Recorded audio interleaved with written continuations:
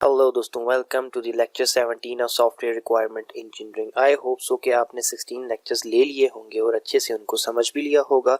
और अभी तक हमारा सॉफ्टवेयर रिक्वायरमेंट इंजीनियरिंग का जो फेसबुक ग्रुप है, जहां पर हम तमाम लेक्चर के नोट्स पीडीएफ फॉर्मेट में शेयर करते हैं, आपने ज्वाइन भी कर लिया होगा। लेकिन इन केस अगर आपको ग्रुप का नहीं पता था और आपने नहीं ज्वाइन किया है, तो इसी वीडियो के डिस्क्रिप्शन में आपको उस ग्रुप का लिंक मिल जाएगा, आप उसको ज्वाइन कर लें। और सबसे बड़ा बेनिफिट जो होगा उससे ये कि आपको जो लेक्चर यहाँ पे स्क्रीन पे प्रेजेंट किए जा रहे हैं, ये तमाम लेक्चर आपको पीडीएफ फॉर्मेट में मिल जाएंगे। और आप जैसे जो बाकी स्टूडेंट सॉफ्टवेयर रिक्वायरमेंट इंजीनियरिंग सीख रहे हैं, आप उनके साथ एक हेल्दी डिबेट भी कर सकते हैं, किसी भी पॉइंट पर डिस्कशन भी कर सकते हैं। और कोई चीज़ समझ ना आए तो मुझसे भी आप रब्ता कर सकते हैं। तो चलें लेक्चर नंबर 17 स्टार्ट करते हैं और देखते हैं कि इसमें हम आज क्या करने वाले हैं। तो लास्ट लेक्चर को पहले एक दफ़ा नज़र मार लेते हैं।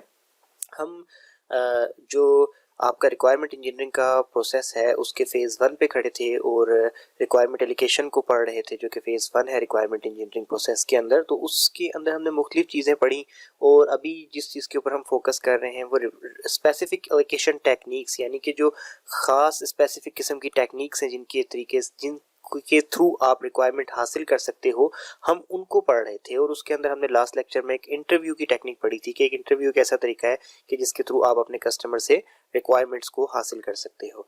तो वो तो अगर आपने लास्ट लेक्चर सुना है तो आपको क्लियर हो ही गया होगा। लेकिन अगर आपको वो क्लियर नहीं हुआ है तो आप लास्ट लेक्चर सुन लीजिए, उसको क्लियर कर लीजिए। आज हम क्या पढ़ने वाले हैं?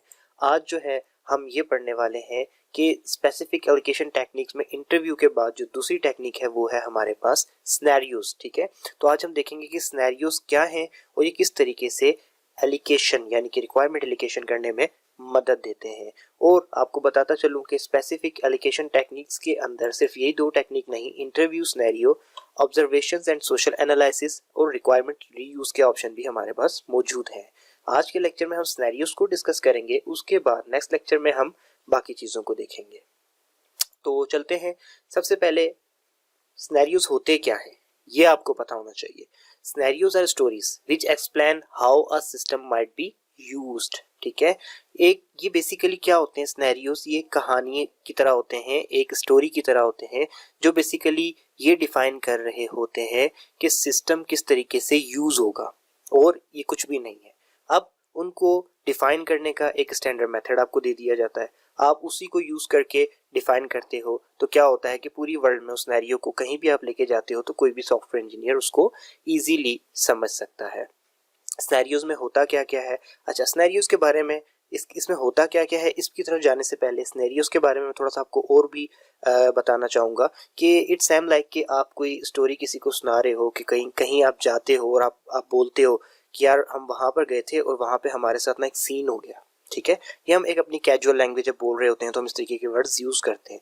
और फिर आप क्या करते हो कि वो सारी की सारी एक स्टोरी आप बताते हो। ठीक है, तो वो जो एक सारी की सारी स्टोरी वाकया, एक स्पेसिफिक वाकया उठा के बता रहे हो आप, तो वो क्या है कि आप उसको भी ये कह सकते हो कि ये एक सिनेरियो है। ठीक है, इसी तरीके से आपके रिक्वायरमेंट इंजीनियरिंग में कोई ऐसे सीन, कोई वाकयात तो नहीं होते, लेकिन आप एक कस्टमर, एक क्लाइंट या फिर एक यूज़र किस तरीके से आपके सॉफ्टवेयर के साथ जो है इंटरेक्ट करेगा, और वो इंटरेक्ट करके क्या क्या करेगा। वो कोई एक काम नहीं करेगा, मुख्तलिफ किस्म के काम करेगा। तो हर एक काम को का जो इंटरेक्शन है उसको आप एक स्टोरी की सूरत में जो है डिफाइन कर देते हो। सबसे पहले वो ये करेगा, फिर सिस्टम ये बताएगा, फिर वो उस रिस्पॉन्स के बदले में ये करेगा, फिर उसके बाद वापस जो है सिस्टम आगे से ये रिस्पॉन्स करेगा, एंड सो ऑन। ये करते करते करते ये फंक्शन पूरा हो जाएगा। तो किसी भी एक पर्टिकुलर टास्क को परफॉर्म करने के लिए आप यूज़र और सिस्टम का या फिर यूज़र और सॉफ्टवेयर का जो इंटरेक्शन है उसको एक स्टोरी की शक्ल में डिफाइन करते हो, और इस चीज़ को सिनेरियो कहा जाता है। आई होप सो कि इससे ज़्यादा क्लियर तरीके से समझाना जो है मेरे लिए भी मुमकिन नहीं होगा, और आई होप सो कि आपको ये समझ भी आ गया होगा कि क्या होता है सिनेरियो। तो अब मैं आपको बताता हूँ कि जब आप रिक्वायरमेंट इंजीनियरिंग के पर्सपेक्टिव से सिनेरियोज डिफाइन कर रहे होते हो तो उसमें क्या क्या चीज़ें इंक्लूड होती हैं। A description of the system state before entering the scenario.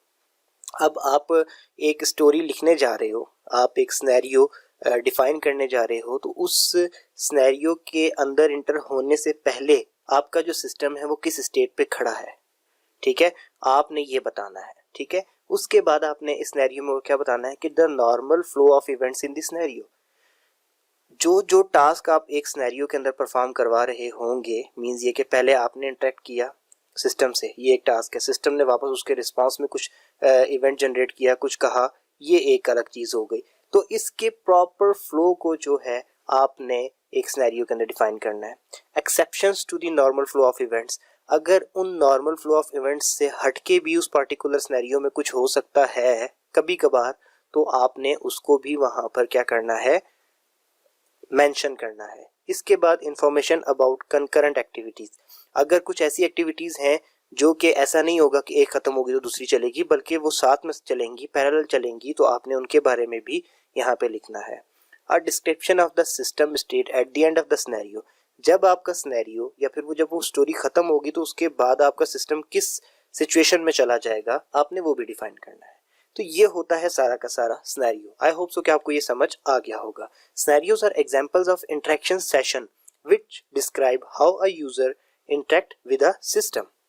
ये एक इंटरेक्शन सेशन को दिखा रहे होते हैं सिनेरियोज, और ये बता रहे होते हैं कि एक यूजर किस तरीके से सिस्टम के साथ इंटरेक्ट करता है। Discovering scenarios expose possible system interactions and reveal system facilities which may be required. होता क्या है कि जब आप सिनेरियोज मुख्तलिफ किस्म के सोच रहे होते हैं कि यूजर ऐसे भी इसके साथ इंटरेक्ट करेगा, इस केस में ऐसे करेगा, तो इस तरीके से ज़्यादा जितने भी पॉसिबल इंटरेक्शंस होते हैं वो निकल के आपके सामने आते चले जाते हैं। हर एक इंटरेक्शन के लिए आप सिनेरियोज लिखना शुरू कर देते हो, और उस सिनेरियोज के थ्रू जितनी भी पॉसिबिलिटीज़ आप एक सॉफ्टवेयर में प्रोवाइड कर सकते हो वो खुल के सामने आना शुरू हो जाती है। ठीक है, अब इंपॉर्टेंट पॉइंट मैं आपको इसके बारे में कुछ बताना चाहूँगा कि we can represent a scenario using a use case as well.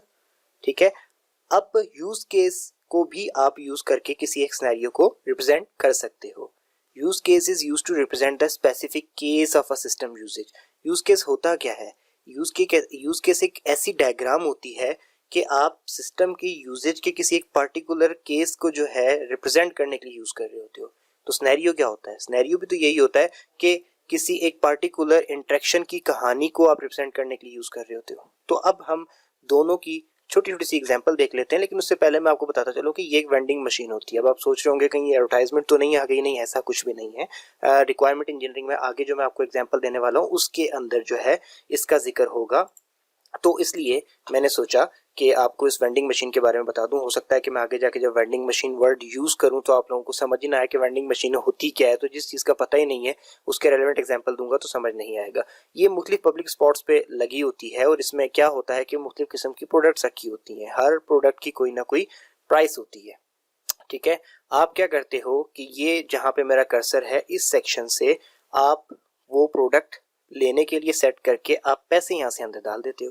अब ये वेंडिंग मशीन आपके पैसों का वेट कर रही होती है, और जैसे ही आप इसमें पैसे डालते हो तो जो भी प्रोडक्ट के लिए आपने पैसे डाले होते हैं कॉइन्स की शक्ल में, वो प्रोडक्ट आकर ये जो नीचे वाला बॉक्स है इसमें गिर जाती है। यहाँ पे आप इसको पुश करके अपना हाथ अंदर डालते हो और उस प्रोडक्ट को उठा लेते हो। ये वेंडिंग मशीन की वर्किंग है। अब इसके दो पर्सपेक्टिव हो सकते हैं। एक पर्सपेक्टिव तो वो होता है जो कि वेंडिंग मशीन का मैनेजर है जिसको कंट्रोल कर रहा है, दूसरा कस्टमर वाला पर्सपेक्टिव, यानी कि जो कस्टमर आके इसके साथ इंटरेक्ट करेगा। तो अब हम एक सिनेरियो लिखते हैं कस्टमर के पर्सपेक्टिव से। एक्टर कौन है? कस्टमर। प्री कंडीशन, हमने कहा था ना कि प्री कंडीशन होती है, पोस्ट कंडीशन होती है। तो precondition, the vending machine is an idle state waiting for the customer to put coin. ठीक है, अब इसके बाद scenario, customer will put the coin in the vending machine, vending machine check which coin it is, vending machine drop the product into the box below, customer pick the product from the box, that's it। ये पूरी एक कहानी हो गई। अब post condition, the vending machine is idle again and waiting for the next customer or the same customer to put the money। ठीक है, अब ये एक सिनेरियो हमने यहाँ पे रिप्रेजेंट कर दिया कि किस तरीके से कस्टमर के पर्सपेक्टिव से इंटरेक्शन हो रहा है। अच्छा, उसके बाद अगली बात, हम सिनेरियो विद यूज केस। अब हम यहाँ पर यूज केस के थ्रू एक सिनेरियो को प्रेजेंट कर रहे हैं। वही सिनेरियो, ये जो कस्टमर का यहाँ पे मैंने प्रेजेंट किया है, आपको यूज केस डायग्राम में यहाँ पे नजर आएगा। कस्टमर बाय कर रहा है प्रोडक्ट को, ठीक है। इधर वेंडिंग मशीन मैनेजर है, वो ऐड कर रहा है प्रोडक्ट और सेल रिपोर्ट भी निकाल रहा है। ये सिनेरियो हमने क्या किया कि किसी हद तक यूज केस डायग्राम के थ्रू इस तरीके से शो कर दिया। अभी यहाँ पर इस यूज केस डायग्राम में हम ज़्यादा डिटेल में नहीं गए बाय प्रोडक्ट में, लेकिन जब आप इस कस्टमर और बाय प्रोडक्ट को थ्योरेटिकली जब आप लिखने लगोगे तो आप इसकी पूरी डिटेल किस तरीके से लिख सकते हो, इस तरीके से। तो ये होता है सिनेरियो। आई होप सो कि आपको समझ आ गया होगा। अगर फिर भी कोई कंफ्यूजन हो तो मेरा ट्विटर अकाउंट आपके सामने है, आप मुझे फॉलो कर सकते हो। फॉलो करके मुझसे ये क्वेश्चन इसके बारे में और अगर कोई डिटेल चाहते हैं तो आप ले सकते हैं। वीडियो अच्छी लगी हो तो प्लीज़ लाइक करके चैनल को सब्सक्राइब कर दीजिएगा। दोबारा मिलते हैं नेक्स्ट लेक्चर में, तब तक के लिए अल्लाह हाफिज़।